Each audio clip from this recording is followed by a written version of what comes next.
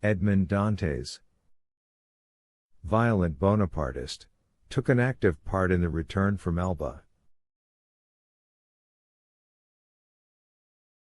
The greatest watchfulness and care to be exercised. This note was in a different hand from the rest, which showed that it had been added since his confinement.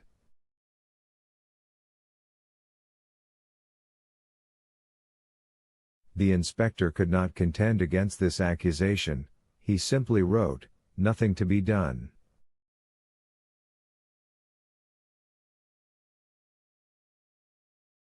This visit had infused new vigor into Dantes.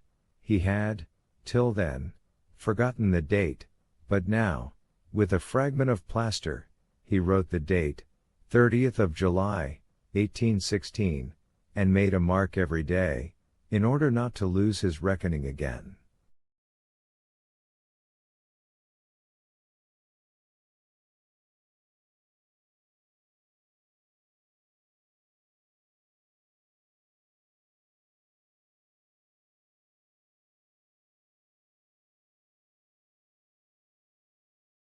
Days and weeks passed away, then months. Dantes still waited. He at first expected to be freed in a fortnight.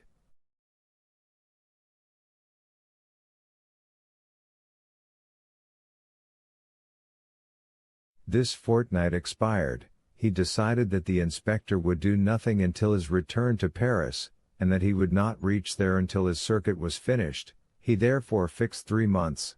3 months passed away, then 6 more.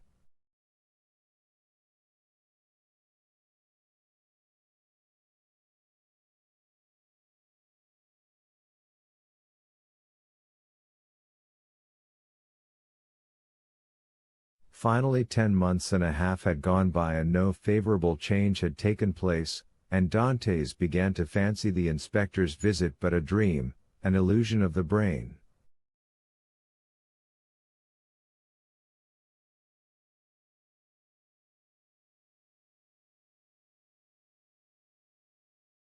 At the expiration of a year the governor was transferred. He had obtained charge of the fortress at Ham. He took with him several of his subordinates, and amongst them Dantes' jailer.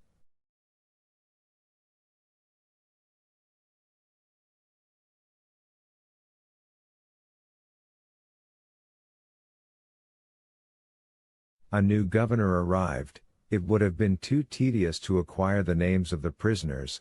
He learned their numbers instead.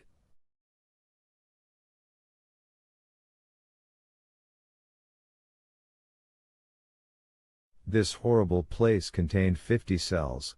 Their inhabitants were designated by the numbers of their cell, and the unhappy young man was no longer called Edmond Dantes.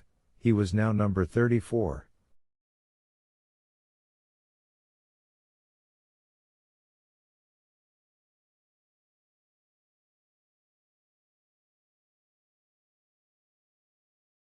Chapter 15.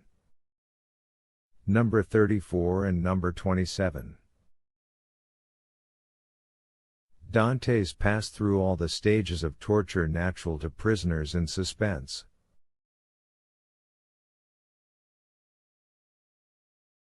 He was sustained at first by that pride of conscious innocence which is the sequence to hope, then he began to doubt his own innocence, which justified in some measure the governor's belief in his mental alienation, and then, relaxing his sentiment of pride, he addressed his supplications, not to God, but to man. God is always the last resource.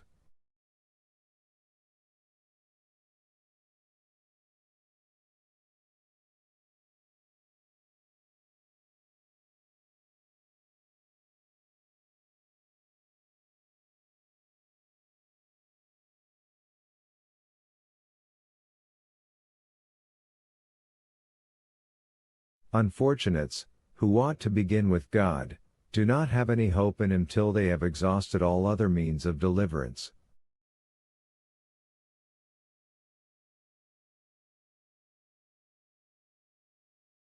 Dantes asked to be removed from his present dungeon into another, for a change, however disadvantageous, was still a change. and would afford him some amusement.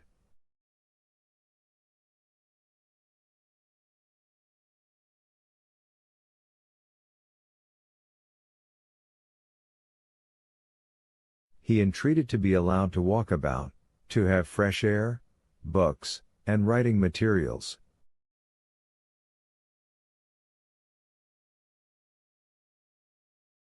His requests were not granted, but he went on asking all the same. He accustomed himself to speaking to the new jailer, although the latter was, if possible, more taciturn than the old one, but still, to speak to a man, even though mute, was something.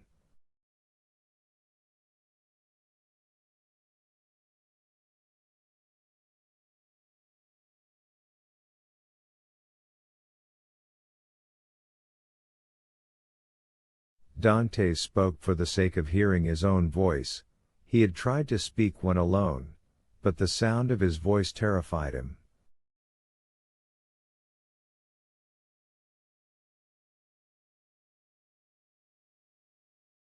Often, before his captivity, Dante's mind had revolted at the idea of assemblages of prisoners, made up of thieves, vagabonds, and murderers.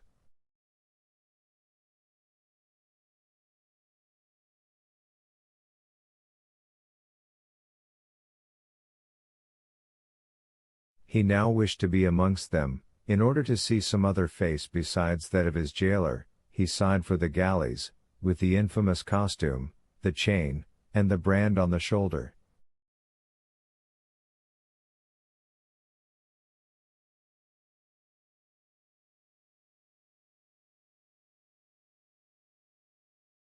The galley slaves breathed the fresh air of heaven, and saw each other.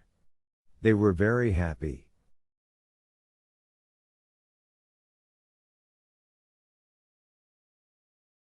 He besought the jailer one day to let him have a companion, were it even the mad abbé.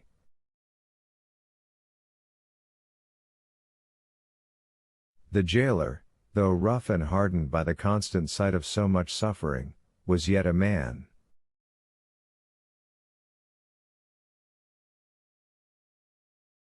At the bottom of his heart he had often had a feeling of pity for this unhappy young man who suffered so, and he laid the request of number 34 before the governor, but the latter sapiently imagined that Dante's wished to conspire or attempt an escape, and refused his request.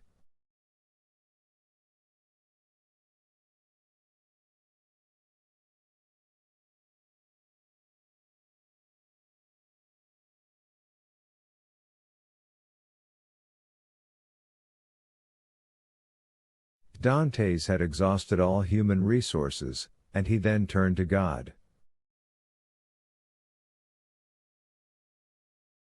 All the pious ideas that had been so long forgotten, returned.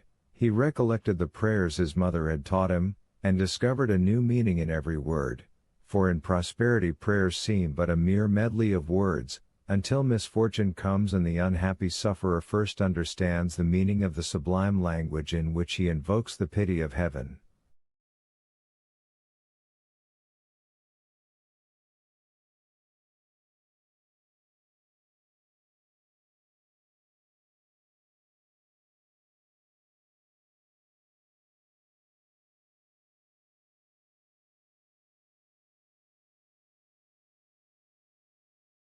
He prayed, and prayed aloud, no longer terrified at the sound of his own voice, for he fell into a sort of ecstasy. He laid every action of his life before the Almighty, proposed tasks to accomplish, and at the end of every prayer introduced the entreaty oftener addressed to man than to God: "Forgive us our trespasses as we forgive them that trespass against us."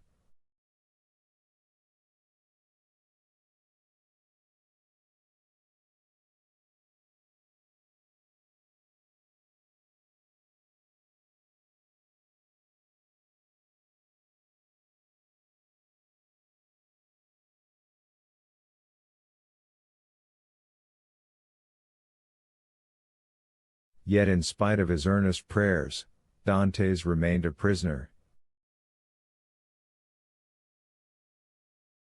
Then gloom settled heavily upon him.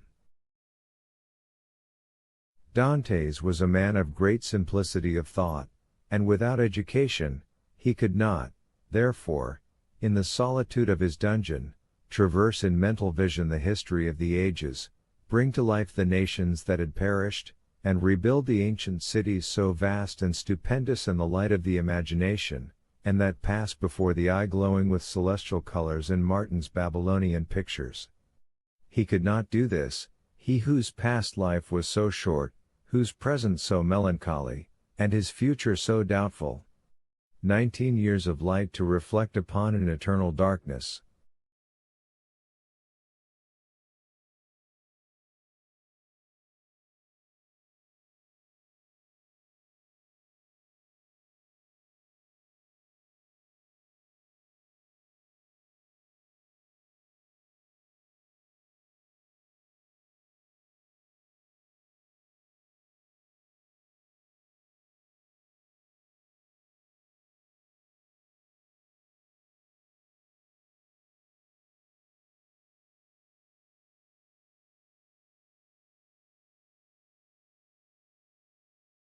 No distraction could come to his aid.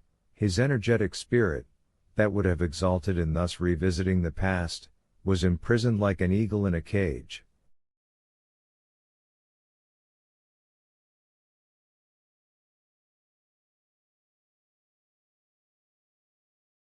He clung to one idea, that of his happiness, destroyed, without apparent cause, by an unheard of fatality.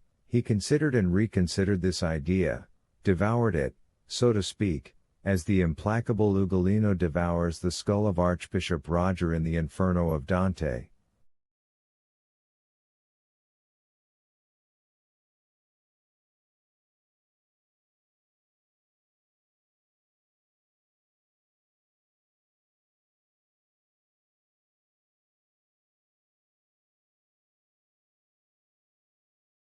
Rage supplanted religious fervor. Dantes uttered blasphemies that made his jailer recoil with horror, dashed himself furiously against the walls of his prison, wreaked his anger upon everything, and chiefly upon himself, so that the least thing, a grain of sand, a straw, or a breath of air that annoyed him, led to paroxysms of fury.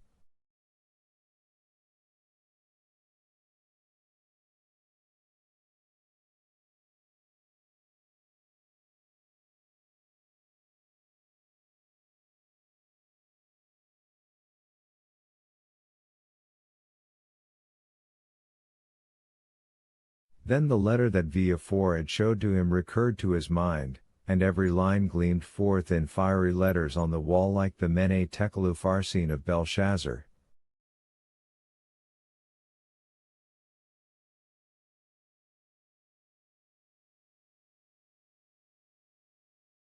He told himself that it was the enmity of man, and not the vengeance of heaven, that had thus plunged him into the deepest misery.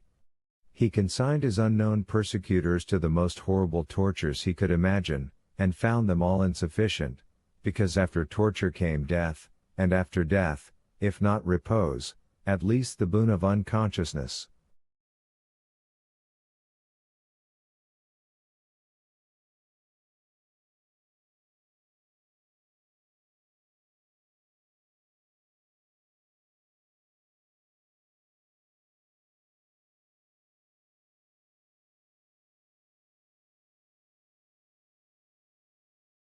By dint of constantly dwelling on the idea that tranquility was death, and if punishment were the end in view other tortures than death must be invented, he began to reflect on suicide.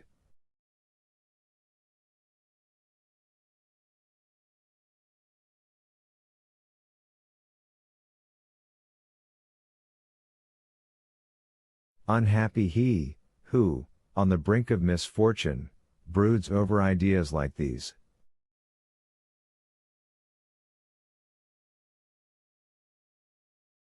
Before him is a dead sea that stretches in azure calm before the eye, but he who unwarily ventures within its embrace finds himself struggling with a monster that would drag him down to perdition.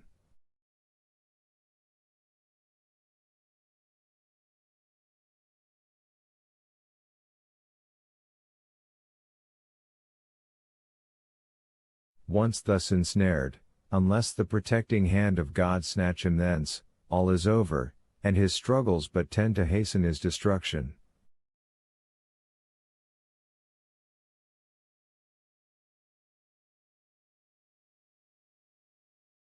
This state of mental anguish is, however, less terrible than the sufferings that precede or the punishment that possibly will follow.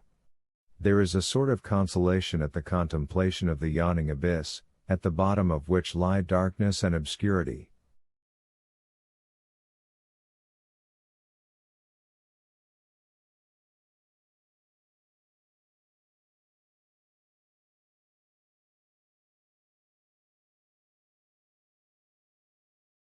Edmund found some solace in these ideas.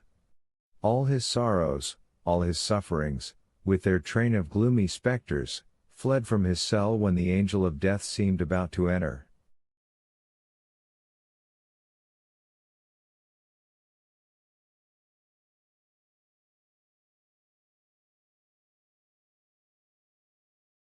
Dantes reviewed his past life with composure, and, looking forward with terror to his future existence, chose that middle line that seemed to afford him a refuge.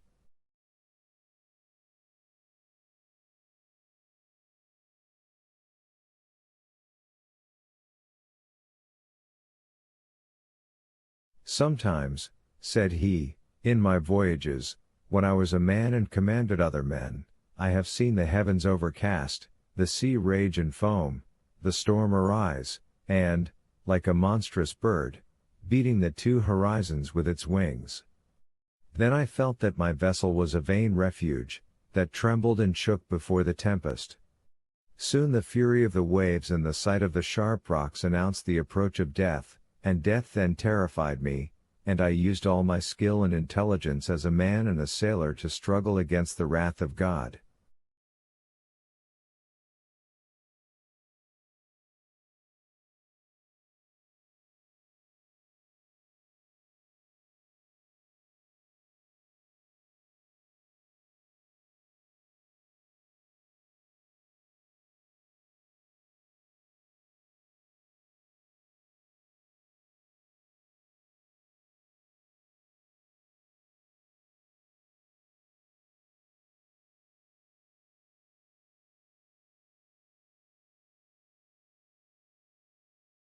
But I did so because I was happy, because I had not courted death, because to be cast upon a bed of rocks and seaweed seemed terrible, because I was unwilling that I, a creature made for the service of God, should serve for food to the gulls and ravens.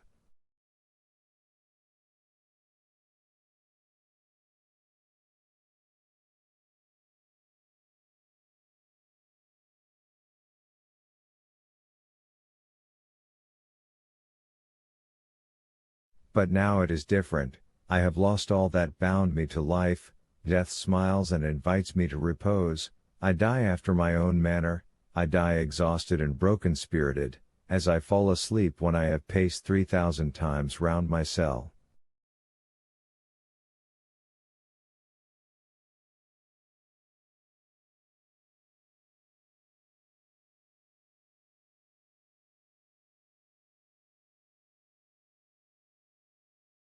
No sooner had this idea taken possession of him than he became more composed, arranged his couch to the best of his power, ate little and slept less, and found existence almost supportable, because he felt that he could throw it off at pleasure, like a worn-out garment.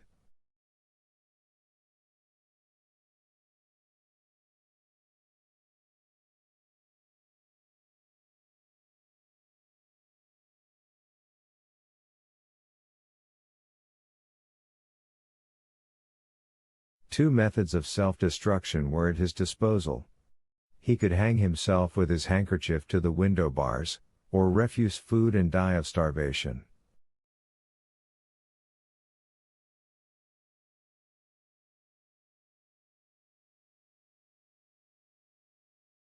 But the first was repugnant to him. Dantes had always entertained the greatest horror of pirates, who were hung up to the yardarm. He would not die by what seemed an infamous death.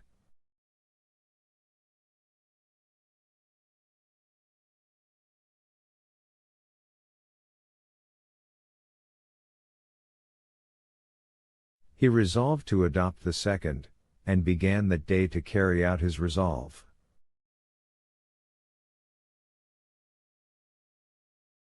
Nearly 4 years had passed away. At the end of the second he had ceased to mark the lapse of time.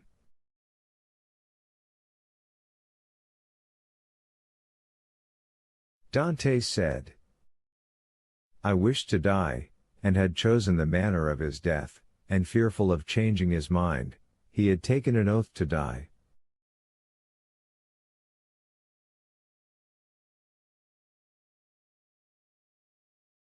When my morning and evening meals are brought, thought he, I will cast them out of the window, and they will think that I have eaten them.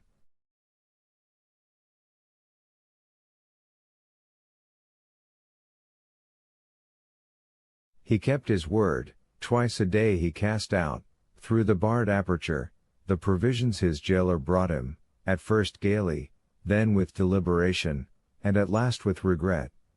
Nothing but the recollection of his oath gave him strength to proceed.